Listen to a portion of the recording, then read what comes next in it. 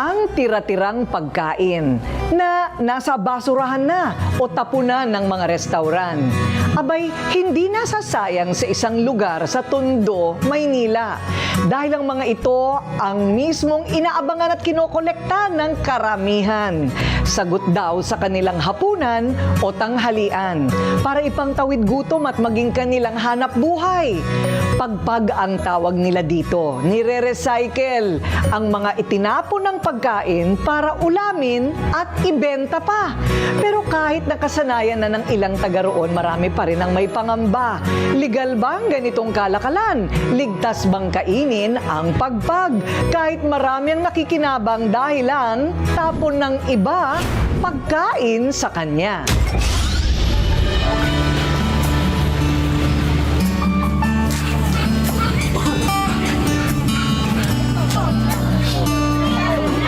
Pagpatak ng oras ng tanghalian, parang fiesta dito. Nakalatag araw-araw ang boodle fight ng mga residente ng Barangay 105, Tondo, Maynila. Lahat takam na takam sa putaheng nakahain. Pero, kaya nyo bang makisalo? Kung ang pagsasaluhan ay recycled garbage meat o pagpag. Sa halagang 20 po, nakakakain na po kami buong pamilya. Isda lang magkano na. Kaya sa ganyan, sa dami namin, lalo na sa mga anak ko, ilan yan sila. Kaya pinakakain ko na rin sila ng pagpag kasi 25-30 lang. Nakakabusog po. Masarap. Malinis.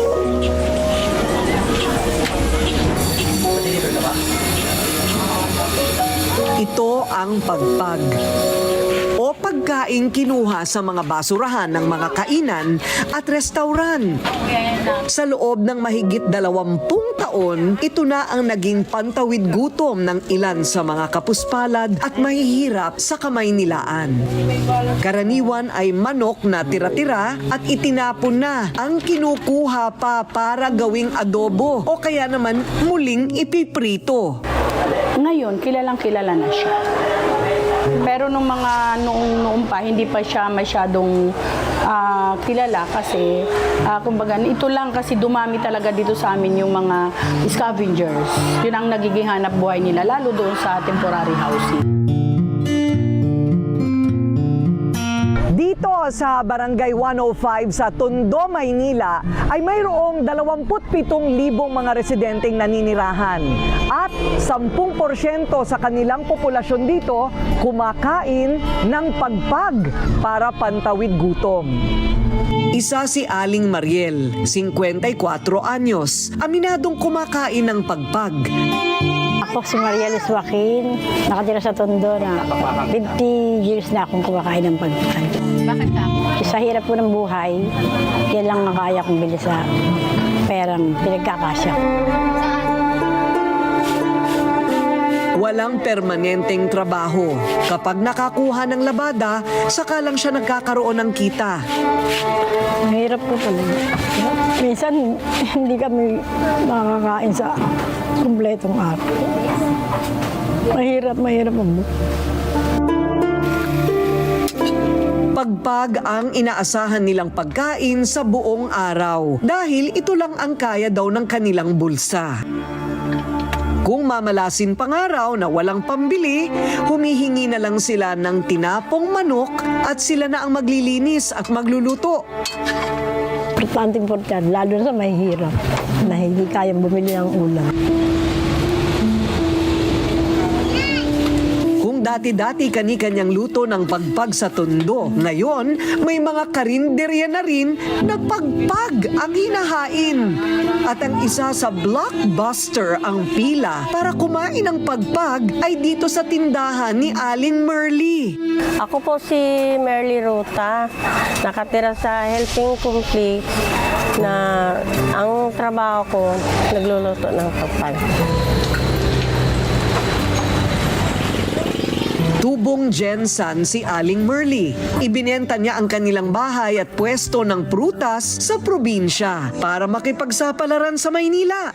Ang buong akala kasi ni Aling Merly, madaling umasenso pag tumira sa Metro Manila. Pagdating sa Maynila, akala ko dito mismo ng Maynila. Hindi pala. Sa Nueva Vizcaya pa pala. Ngayon ang nangyari sa akin doon, di ko malaman, wala na kaming pera. Kahit anong gawin ko. Pupunta ako sa kapitbahay namin, nag-aalok ako ng labandera. Naglabandera ako, hindi naman okay. Hirap na hirap ako. Sabi ko ng asawa ko, itry ko sa Maynila. Bahala ka, dito lang kayo. Aalis ako. Kinabukasan po, pumunta ako Maynila. Nadidiretso ako ng Smoky Mountain. 1988, ang dating namin dyan sa Smoky Mountain. Namamasura po kami. Nung una, nagkaroon pa nga raw sila Aling Merly ng junk shop pero nang barilin at mamatay ang kanyang asawa. Gumuho ang lahat ng kanyang mga naipundar. Kasabay ang kanyang pangarap na magandang buhay. Pero tuloy lang para mabuhay ang kanyang anak at mga apo. Pinasok ni Aling Merly ang pagtitinda ng lutong pagpag sa kanyang mga kapitbahay. So, negosyante talaga ako. Lahat na lang napapasokan ko basta hindi masamang trabaho.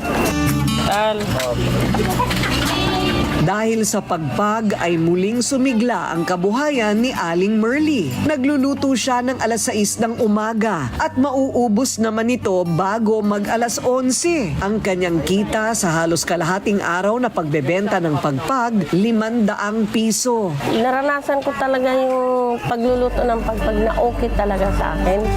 Kung gusto ko lang, kung marami mag-deliver sa akin. May sikreto daw si Aling Merly. Bakit mabenta ang kanyang pagpag? Hinahanap-hanap ng kanyang mga suki. Hindi raw siya namumulot ng mga prito na manok mula sa mga restauran. Tanging inihaw ang kanyang pinipili. Ipinakita pa sa Rated Corina ni Aling Merly ang paraan niya ng paglilinis ng pinulot na pagpag. Ang sistema kasi sa ibang ibang ganyan, nadudurog siya. Pag naluto siya, parang natatanggal yung mga buto. Parang na siya, nalulusaw ba? Kasi may mga hari na yun. Kaya hindi ko na inasahan kukuha nun kasi nalugi ako. Tinitiyak niya din na ligtas daw kainin ang ibinibenta niyang pagpag. Halos 6 na oras niyang ibababad sa tubig ang mga pinagpiliang itinapong manok. 2 beses niyang huhugasan ito at saka lalagyan ng toyo, asin, suka para mas lumasa. Buong pagmamalaki pang ibinida ni Aling Merly sa amin kung paano niya ito lutuin. Pero may payo ang tindera ng pagpag sa mga taong kumakain ng tulad nito. Dapat daw maging maingat, maging choosy. Kalalahanin niyo yung nagtitinda ng pagpag. Kung hindi niyo kilala, nasa inyo yan. Pag gusto niyo bumili sa akin, okay lang. Kung hindi din, okay lang din sa akin. Dahil marami naman din nanghahangang bumibili ng pagpag. Mga basura ng tindahan yun. Hindi naman din lingid sa kaalaman ng marami na maging ang dating mayor ng Maynila na si Isko Moreno, kumakain din dati ng pagpag. Kunong araw. Sa isang araw magkano kita? Si Yorme, kasi madalas siya dito sa amin, bumibisita siya sa mga depressed area. Nagpunta po siya doon sa temporary housing. Nakita niya po yung pagpag na yung isang tao, nagpipili sila. Tapos nung naluto, tumikim siya. Kabilang sila Aling Merly at Mariel sa 13.2 milyon na mahihirap sa ating bansa. Dumidiskarte lang para mabuhay. At ang pagpag ang naisip nilang solusyon para sa kumakalam na sikmura. Pero kahit ito'y nakasanayan na sa Happy Land at sa halos buong Barangay 105, marami pa rin ang nagtatanong, ligtas bang kainin ang pagpag? May batas ba na nagsasabing ito'y legal? Kailangan Ano ang panganib na pwedeng makuha sa pagkaing pinulot sa basurahan at ni-recycle? Kaya mo bang kainin ang pagpag? Ang mga kasagutan sa mga tanong na yan, malalaman sa pagbabalik ng Rated Corina. The Pampakit, 3 products all in one. You save 95 pesos pag bumili kayo ng kit na, kasi nabibili naman ito ng tingi-tingi. Yan ang iyong beauty routine. Nay, ito na po ang ating koleksyon. 2008 pa nang magsimula ang kalakaran ng pagpag sa Tondo, Maynila. Imbis na itapon ng tuluyan ng mga natirang pagkain, ginawang solusyon ng mga taga 105 Tondo na pantawid gutom ang mga pinupulot na pagkain. Pero sa iba, ito'y nakakaalarma. Ito ang tinatawag nilang pagpag. Ito po yung parang karamihan po manok na itinatapon na po sa basurahan mula sa mga restaurant o mga kabahayan, pero pinupulot po ito, kinakalakal pinupulot at niluluto ulit para ito ay maging kabuhayan sa mga nagbebenta at pantawid gutom naman para sa mga mahihirap na cannot afford naman na kumain sa restaurant. Yan, sinasabi ng iba, ligtas kainin. Sabi naman ng ilan, hindi ligtas kainin. Ang problema, wala pang batas na naipapasa para ito ay ipagbawal. 2016 nang magpasa ng Food Waste Bill si Senator Kiko Pangilinan. Layunin nito na matigil ang pagkuha ng mga pagkain na itinatapon na sa basura. At para na rin mabawasan ang pagsasayang ng pagkain ng mga Pinoy, tinawag pa nga ito ng ilan bilang pagpagbil. Pero noong nakaraang taon lang muling nagpasa ng Zero Food Waste Bill si Senator Loren Legarda. At hinihintay pa na kung maipapasa ito para maging ganap na batas. Paglutang ng mantika, tatapon yung mantika. Hindi na namin tatapon. Si Senator Loren Legarda, meron na siyang ipinasa na batas na para magkaroon ng ligtas na pagkain ang mamamayan, lalo na dito sa Tondo. Ngayon, sa tulong po ng Dole Tupad, Dole Kabuhayan. Si Senator Loren Legarda, nagbibigay na rin po buo, hindi lang sa NCR, sa buong Pilipinas. Ang ilang kawani ng kalusugan nagbigay ng babala sa publiko dahil sa patuloy na pagkain ng nakukuha sa basurahan. Usual na magkukos ng diarrhea, yung acute gastroenteritis, pwede rin amoebiasis, or ang HEPA A kasi nakukuha yan sa hindi magandang pag-prepare ng food, so possible din yon. Okay. And other viruses na pwedeng matransmit na foodborne.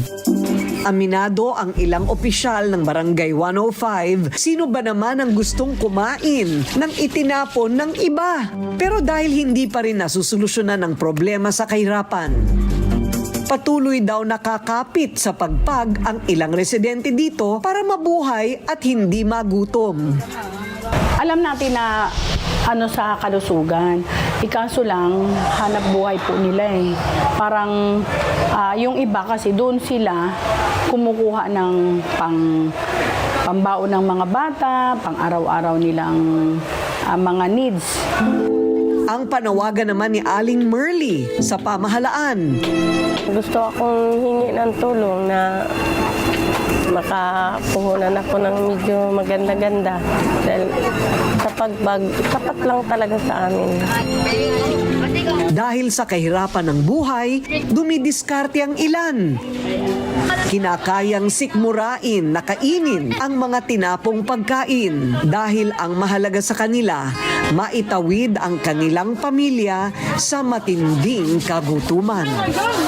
So yan ang bahala kung anong nila. Pero para sa amin, masarap ang pagpag, lalo na sa mahihirap.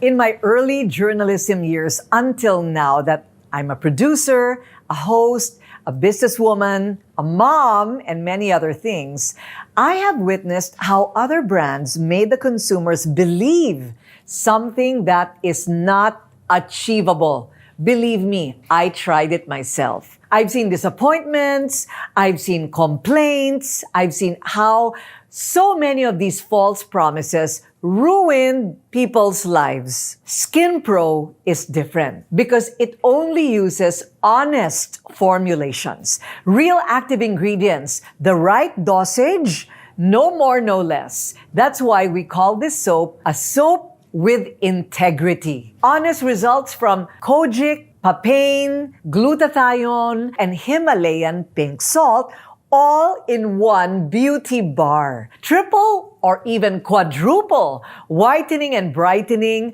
moisturizing, exfoliating, rejuvenating properties. Isn't it the perfect soap? Skin Pro is the real deal. It has everything significant and scientifically proven effective to address all of your skin concerns. I'm Corina Sanchez Rojas, and I chose this soap with integrity. Skin Pro.